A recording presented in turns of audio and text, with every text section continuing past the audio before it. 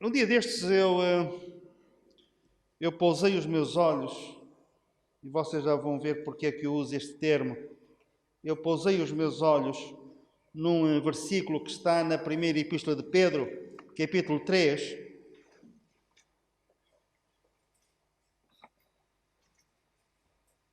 Primeira epístola de Pedro, capítulo 3, é o versículo 12.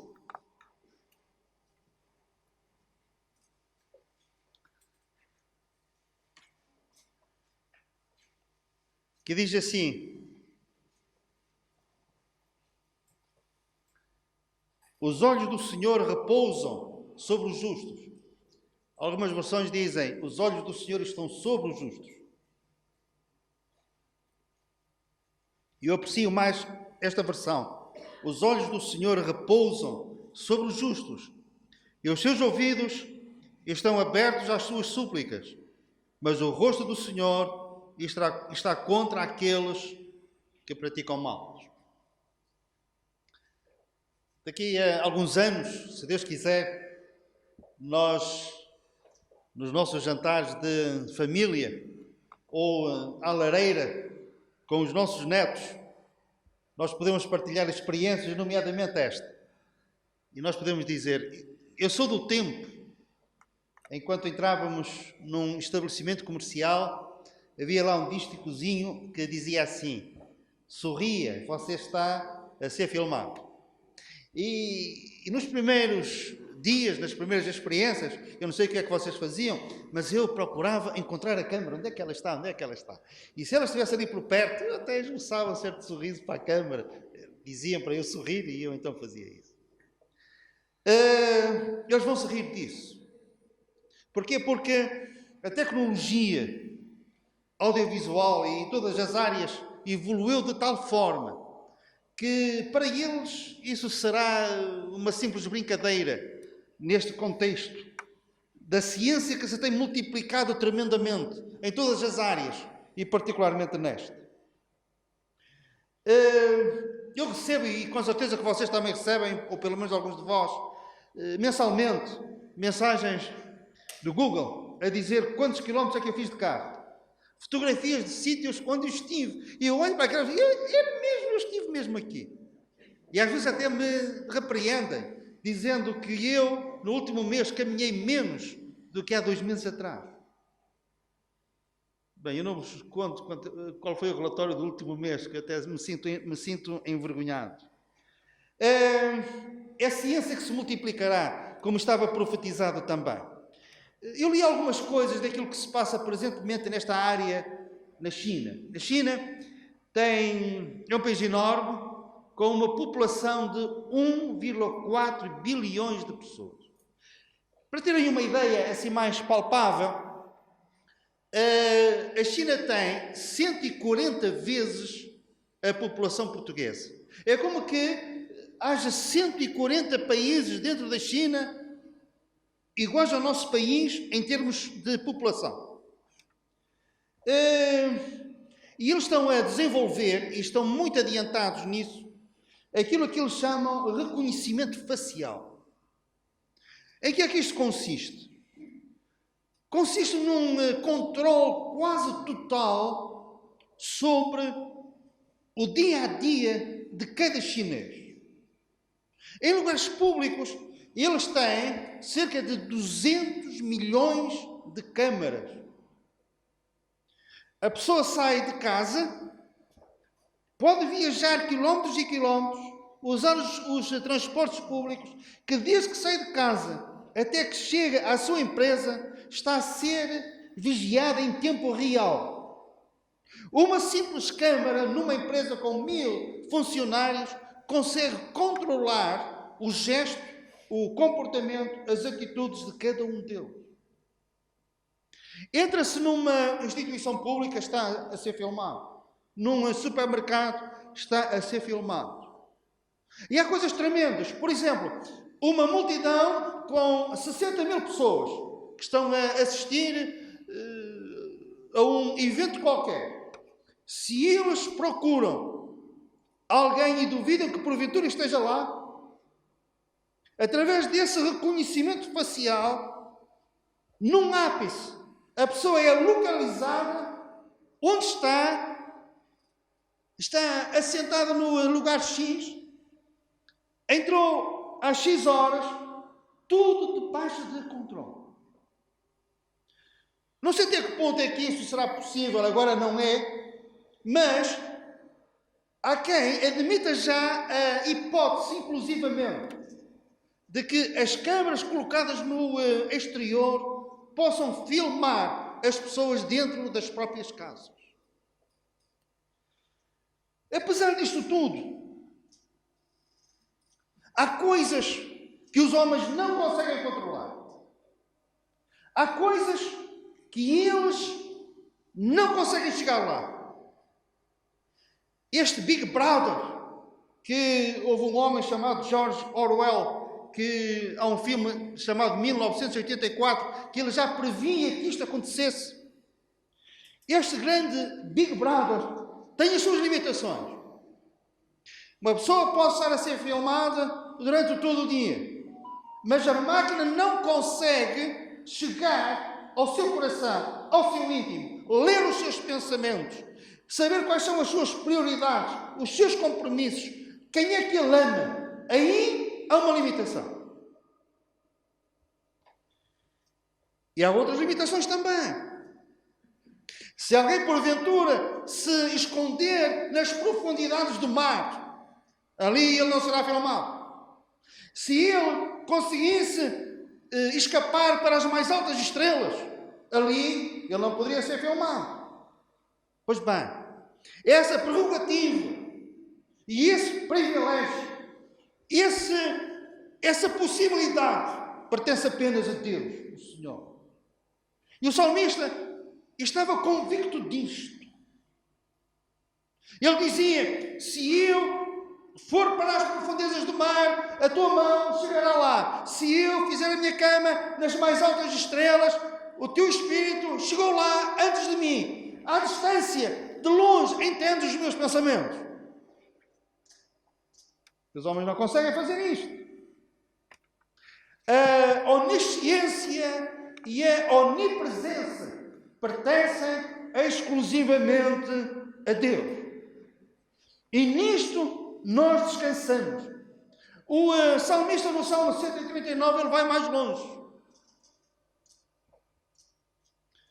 As senhoras grávidas fazem ecografias e as ecografias fazem-se também com outros objetivos. Mas vamos agora pensar. Ecografias, ressonâncias, tudo isso. Mas vamos nos focar. Ecografias obstétricas. O que é que nos mostram? Mostram-nos a forma do corpo. Mas também com muita especificidade. Muito minuciosas. Caso falte uma falange num dedo, através de uma ecografia consegue-se chegar lá. O bater do coração, as válvulas, o funcionamento dos rins, consegue-se. Mas há certas áreas que não. A célula. Quando o embrião ainda tem uma forma, como diz também o salmista, em forma de plasma. Uma ecografia não mostra praticamente nada, mas o salmista dizia: tu vias o meu corpo ainda na forma plasmiforme. Não tinha forma, mas tu ias acrescentando todos os dias alguma coisa.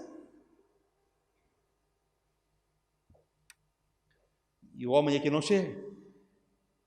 É o domínio do divino. E esse Deus que conhece todas as coisas, que lê os nossos pensamentos, que conta os nossos passos, as nossas lágrimas, que conhece o nosso coração quando estamos tristes. As nossas privações, as nossas provações não lhe são alheias. E mesmo aquilo que não pode ser filmado, mesmo aquilo que ninguém consegue ver, ele vê. E ele vai até à divisão da alma e do espírito, ao mais recôndito do coração humano. E o nosso versículo fala-nos disto. Os olhos do Senhor repousam sobre os justos. Repousam sobre os justos. O que é olhar desta forma? Eu posso olhar e a seguir desvio o meu olhar e olho para outra coisa.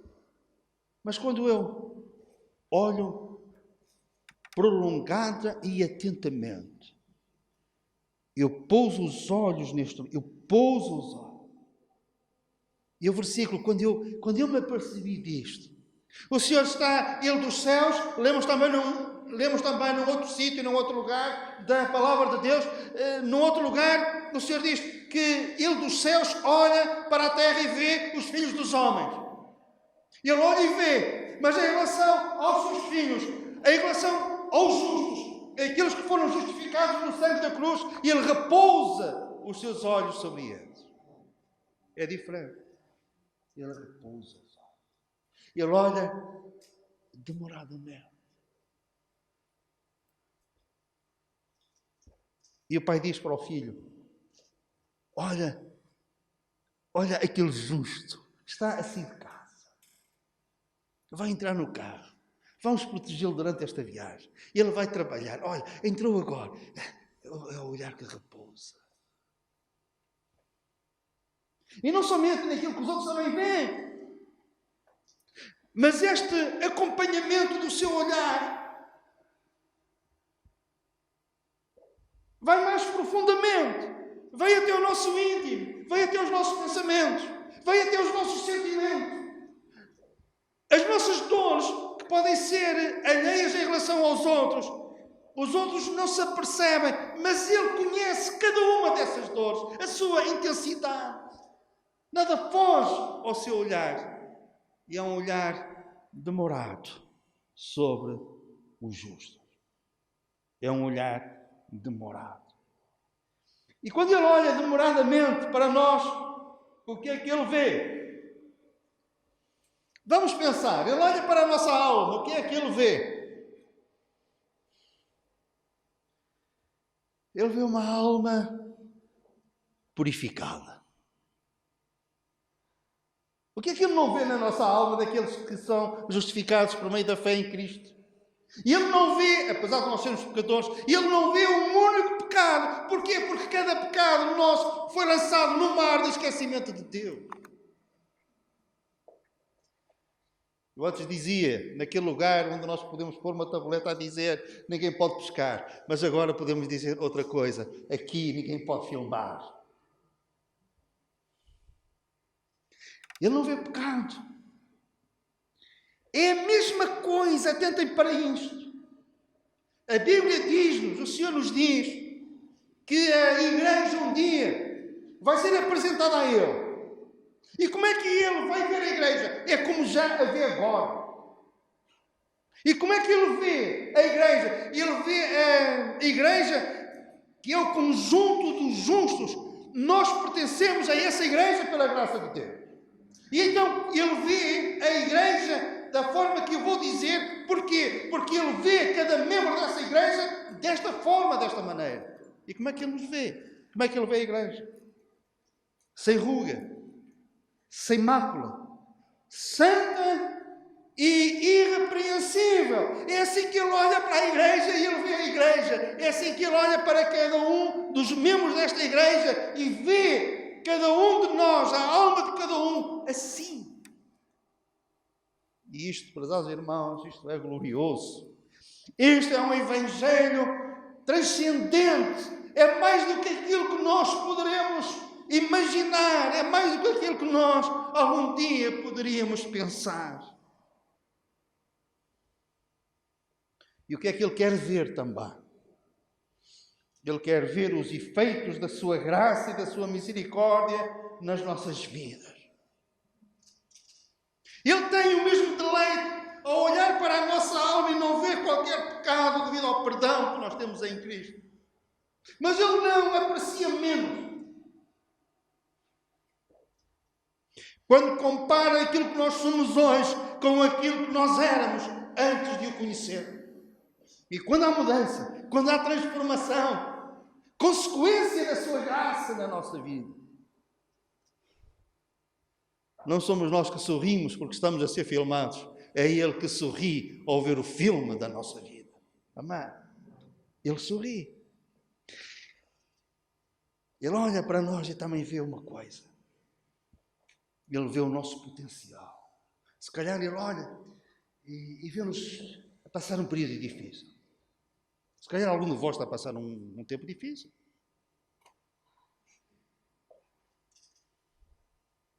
Se calhar tempos de aprovação, de incompreensão, experimentando a ingratidão da parte de alguns que vocês amam, que vocês gostam. Não sei. E vocês com a máscara ainda é mais difícil de saber. Mas o Senhor olha para nós mesmo estando a passar por um momento difícil e sabem o que é que Ele vê? Ele vê aquilo que as máquinas de filmar não veem. Ele vê o nosso potencial. Ele olha para nós e vê fracasso, pode haver queda, pode haver desânimo, pode haver falta de paz. E Ele diz, tu és isso, mas tu serás uma coisa diferente. Tu és, mas tu serás. E Ele vê o nosso potencial. Quando Pedro negou o Senhor, se ele estivesse a ser filmado naquela altura, ele estava a ser filmado. Lembras que Jesus olhou para ele e ele viu tudo. Jesus olhou para ele. E a ideia que nos dá é que ele olhou demoradamente, ele pousou os seus olhos em Pedro.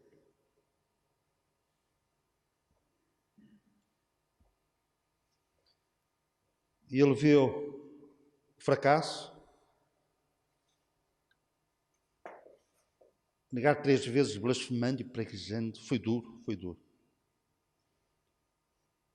Mas o Senhor também viu e lembrou-se de uma coisa, daquilo que lhe tinha dito antes. Tu és, mas tu serás. Tu és servo, tu serás Pedro, tu serás. E o Senhor viu Pedro ali a negá-lo, viu, olhou para ele, pousou os seus olhos em Pedro, mas ele viu outra coisa. Ele viu mais longe. Ele viu Pedro no dia de Pentecostes a pregar corajosamente e a dizer àqueles que o tinham crucificado, vós negastes o justo, mas Deus o ressuscitou e o fez Senhor e Cristo. Ele viu o potencial, ele viu.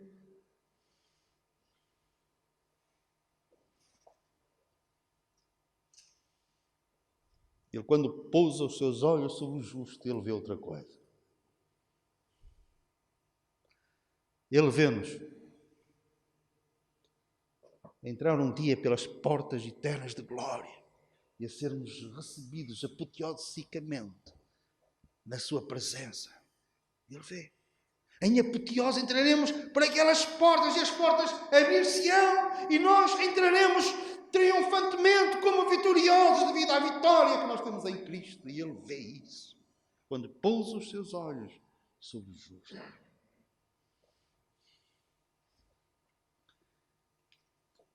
Ele vê.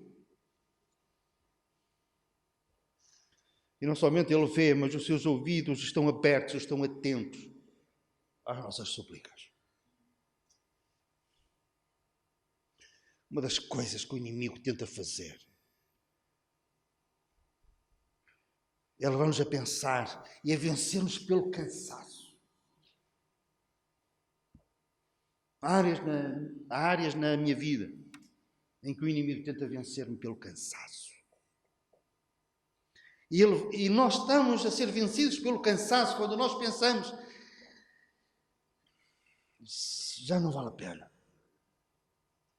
Já não vale a pena orar, já não vale a pena ter expectativas, já não vale a pena ter esperança. É vencidos pelo cansaço, como se os ouvidos do Senhor estivessem tapados em relação às nossas súplicas, em relação aos nossos suspiros de alma. Não, continuam abertos. E Ele continua a dizer, batei, e abrir-se-vos-á. Amém. Ele relembra-nos isto. Os seus ouvidos estão abertos às nossas súplicas. Há uma coisa que eu quero partilhar convosco, que é o seguinte. Quando começou esta pandemia, março, por aí fora,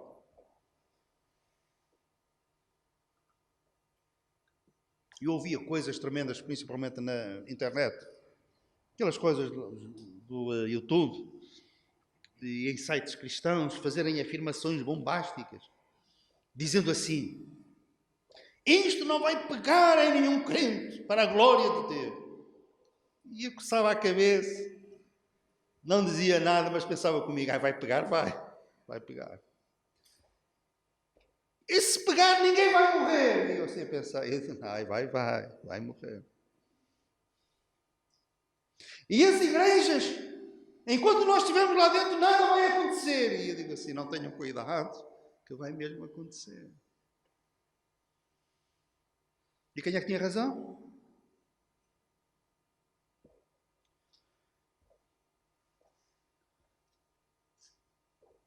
Eu inicialmente disse-vos que nós, hoje em dia, na igreja, estamos em módulo de sobreviver, pela graça de Deus.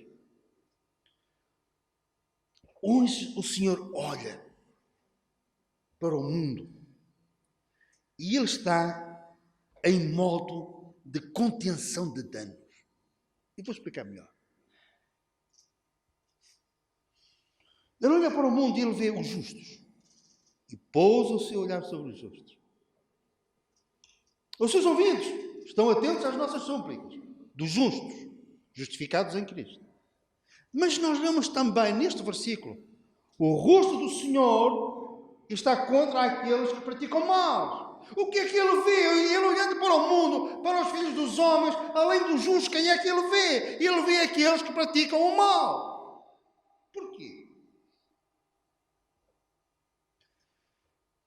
Porque o mundo está no maligno. Esta não é a nossa pátria. Não é a nossa praia. E a salvação de Deus hoje é uma salvação incompleta. Vocês, salvação incompleta. É uma salvação incompleta. Em que sentido? O Senhor salva a nossa alma completamente. O perdão é completo. Ele pode salvar perfeitamente todo aquele que por Ele chega a Deus. Isso é verdade. Mas em relação ao nosso corpo, vocês não têm fotografias em casa?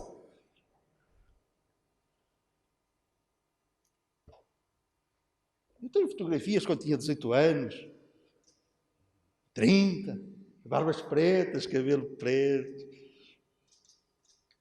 Vocês não tinham rugas e agora já têm. O que é que vai acontecer ao nosso corpo caso o Senhor não venha antes? Vai envelhecer, vai ser vencido pela doença.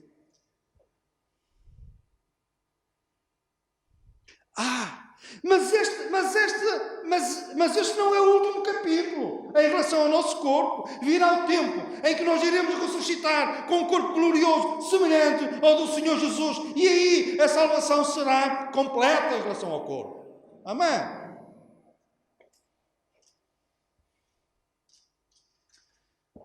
O poder do pecado na nossa vida.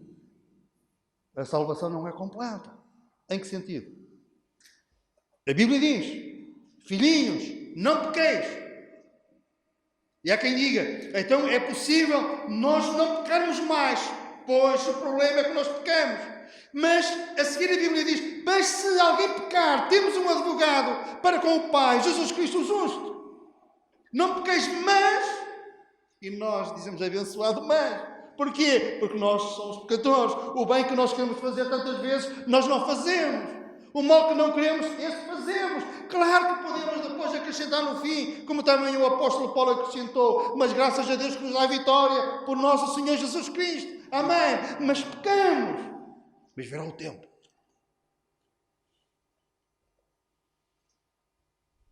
em que não haverá presença nem o poder do pecado. Não pecaremos jamais quando chegarmos à presença de Deus. Amém? E vai-se completar a nossa salvação, espírito, alma e corpo, conservados, irrepreensíveis por toda a eternidade, pelos séculos dos séculos. E nós sabemos que a nossa salvação se vai completar assim. Agora, O Senhor coloca limites. Podemos envelhecer, mas vais envelhecer devagar. Lucília, vais envelhecer devagar. Nas calma. Envelhecer devagar.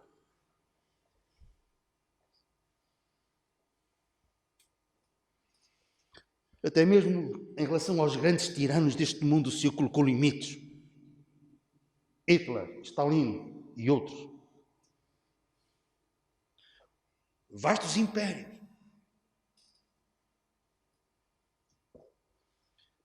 Mas onde é que estão agora esses impérios?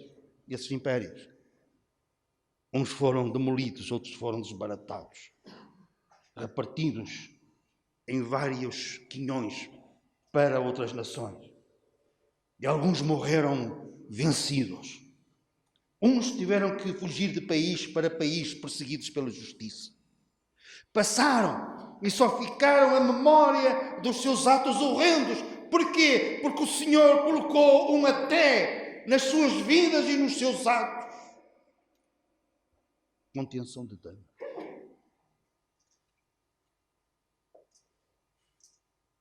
Hitler queria o projeto maior dele. Era exterminar o povo judeu, pura e simplesmente. Ficou-se pelos 6 milhões. Ele queria muito mais. Mas o Senhor colocou-lhe limites. O mal tem progredido? Tem. Mas o Senhor tem colocado limites. Às vezes as pessoas dizem assim, perante as injustiças, a criminalidade, a pedofilia, coisas horríveis. E nós pensamos assim, alguns pensam, e Deus não faz nada. Pois, mas é que Ele já fez. E não foi bonito de se ver. Eu vou-vos dizer já o que é que Ele fez. E agora não faz porque está em contenção de danos. Lemos na palavra de Deus, o Senhor disse, eu tenho visto atentamente que a imaginação dos homens é só má continuamente. Nos tempos de Noé. E se calhar alguns diziam assim, ele não vai fazer nada. Aí fez. Veio um dilúvio que os levou a todos, exceto Noé e a sua família. Quando as pessoas dizem que Deus não faz nada, o problema é que se Ele começasse a fazer, provavelmente começaria por eles. Ainda bem que devido à sua longanimidade de Deus é a sua capacidade para sofrer e suportar as ofensas. E o Senhor é longânimo. E então, nesta fase de graça, de dispensação da graça, ele faz isso. É a limitação e a contenção dos danos. E, entretanto, acima de tudo, ele tem outra prioridade e faz essa contenção de danos. Porquê? Porque quer que alguns se salvem e venham ao conhecimento da verdade. E é por causa disso que ele vai limitando a sua ação neste mundo.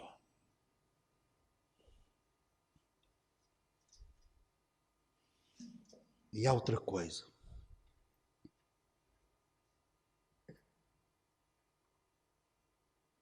A Igreja de Cristo, em muitos lugares, passa despercebida.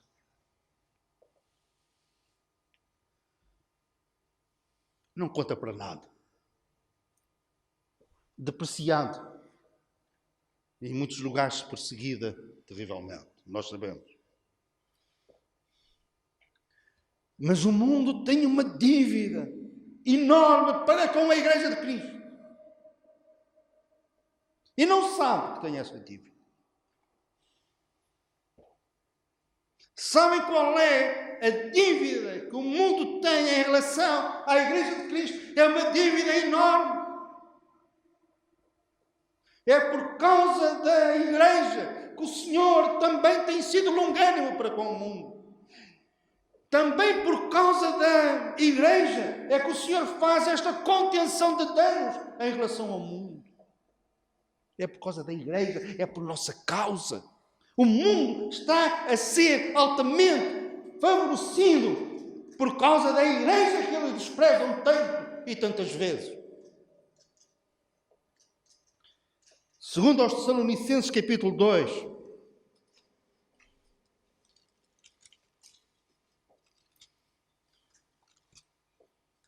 Segunda Epístola de Paulo aos Tessalonicenses, capítulo 2.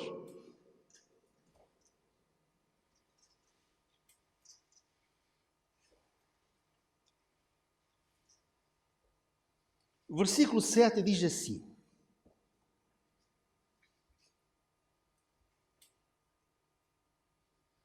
com efeito, atentem para estes versículos. Segundo aos Tessalonicenses, capítulo 2, versículo 7. Com efeito, o mistério da iniquidade já opera.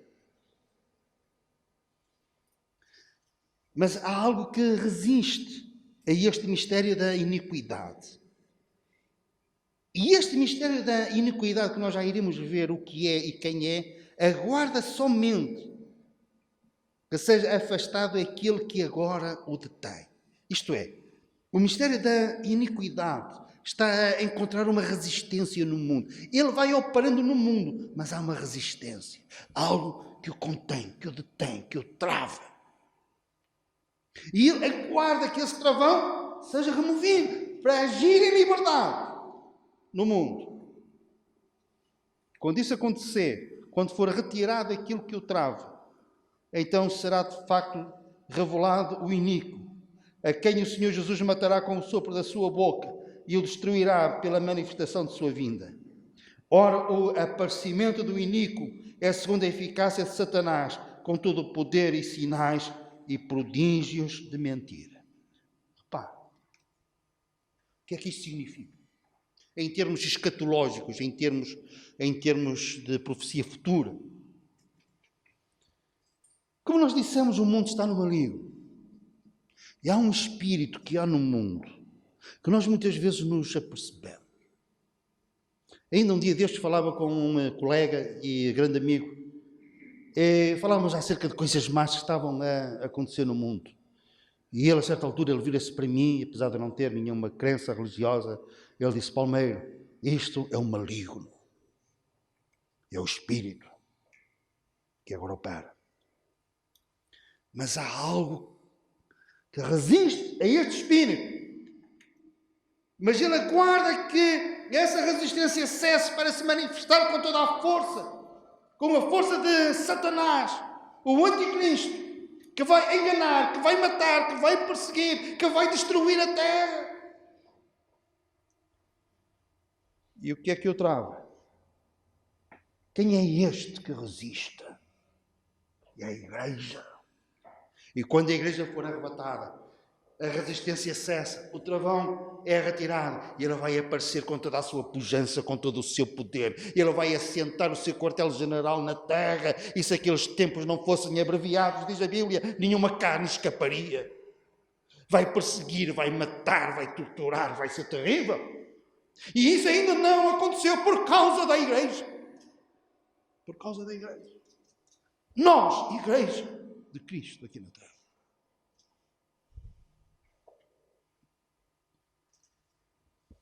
E se o mundo não está pior do que aquilo que poderia estar, deve-se à resistência da igreja. Nós ainda estamos aqui para resistir. E resistimos porquê? Porque o Espírito Santo habita no nosso coração, habita na nossa alma. Não é por nossa causa diretamente, é por causa do Espírito Santo que está em nós, selados com o Espírito Santo da promessa, o travão em relação ao poder do iníquo, ao poder de Satanás. Vamos aproximando do fim.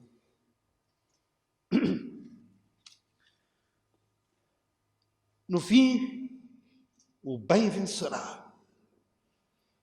Porquê? Porque no fim, Satanás irá perder. A nossa salvação vai se completar.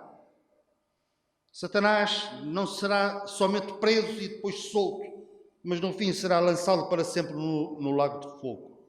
A morte será aniquilada. A Bíblia diz que Jesus venceu aquele que tinha o império da morte, isto é, o diabo. A sentença foi lida. A condenação ainda não foi executada, mas ele sabe que os seus dias estão contados. Ele já perdeu. E a morte não mais terá lugar. A Bíblia diz: não haverá mais morte. Isto é vitória.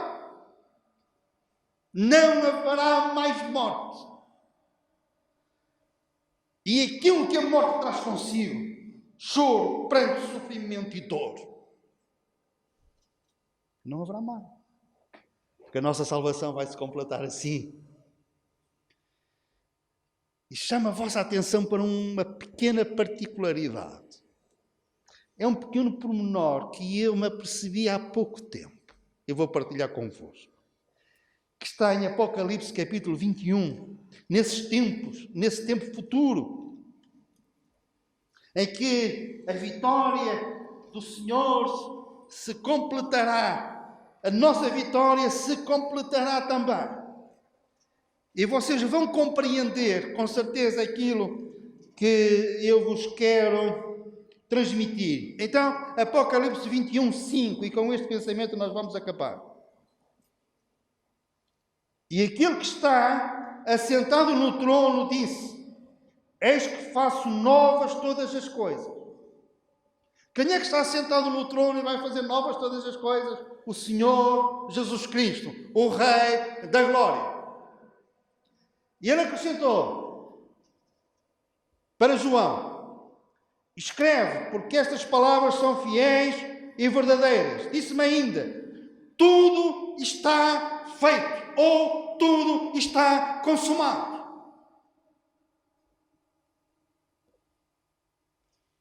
Atentem. Jesus na cruz disse: está consumado. Mas ele não disse: tudo está consumado. Mas aqui ele diz: tudo está consumado. Qual é a diferença? É que na cruz do Calvário, quando ele disse está consumado, o que é que estava consumado? A obra da nossa redenção. O perdão completo dos nossos pecados. A salvação da nossa alma ao crermos em Cristo. Aí, consumado. Veja o nosso corpo, o pecado, muitas vezes vai atrás de nós e nos derruba.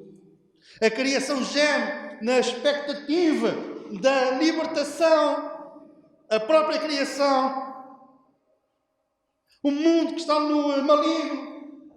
Mas Jesus vai restaurar todas as coisas.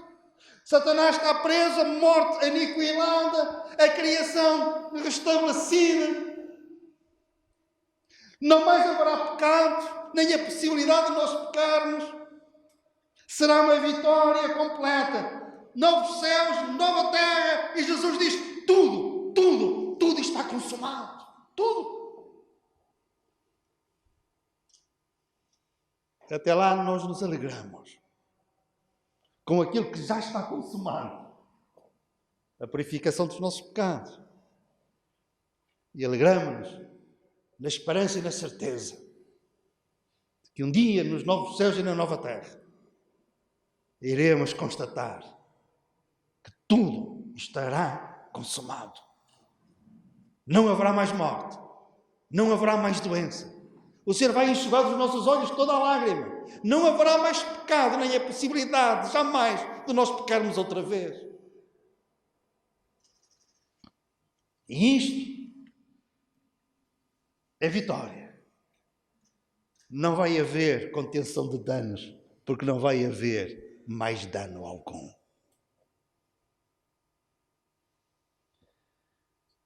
Até lá, fiquemos com a consolação, o pensamento consolador de que os olhos do Senhor estão em toda a parte. Ele contempla os justos e aqueles que praticam o mal. Mas o seu olhar repousa sobre aqueles que ele justificou pelo sangue da sua cruz. Chama-lhes de justos. E aconteça o que acontecer, venha o que vier à nossa vida. Os outros, se calhar, já não olham para nós. Já não estamos nos seus corações sequer. Não se lembram, não se preocupam. Mas lembremos-nos que há um olhar terno, compassivo, carregado de amor, que não somente olha para nós, mas que pousa o seu olhar dos céus em cada um daqueles que pertence à sua igreja e que ele justificou e que ele chama de justos. Amém? Amém.